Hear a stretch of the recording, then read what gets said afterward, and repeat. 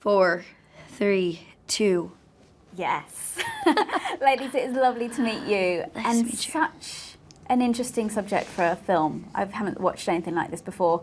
How did the LGBT community respond to this film? Have they seen it yet? Well, they haven't contacted me as a community. I didn't get the signal in the sky, a la Batman, you know. The LGBT community symbol? It's That's just funny. a rainbow that appears with a pot of gold in the middle.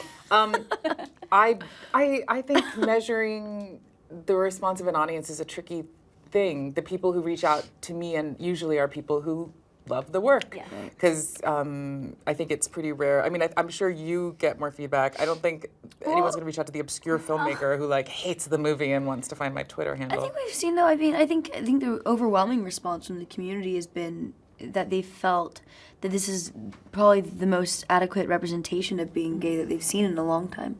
I know that in our Q&As at least, we've had a lot of people speak out and just say that this is the closest to what it felt like for them, even if they didn't go through conversion therapy, what it felt like for them coming out, meeting other gay people for the first time, and realizing what that looks like. Well, I also I mean, the people who stop me and talk to me are usually young women and usually queer young women. But I also, I don't know, I don't think it's a film that can only exist for queer audiences.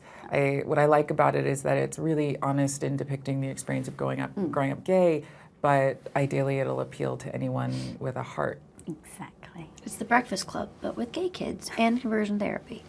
All of it. Wonderfully put. Chloe, I know you said that this is, out of all the films you've worked on, probably one of the most rewarding. What was it about this film?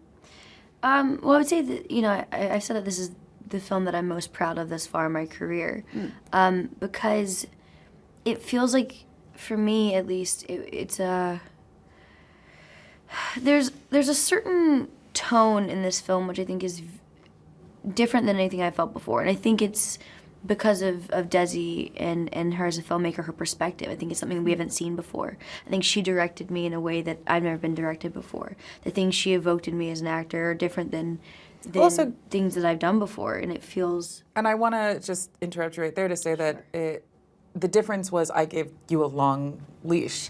Like, I let Chloe do her own thing. I just got out of her way. And I think that backseat driving is something that a lot of young actors, especially female actresses, get a lot of growing up in the studio system, and you're supposed to look a certain way and talk a certain way and emote a certain way. And I feel like the acting is very performative and paint by numbers. And what was really amazing was giving Chloe this opportunity to do whatever she wanted to do and watch her fly with it. Right.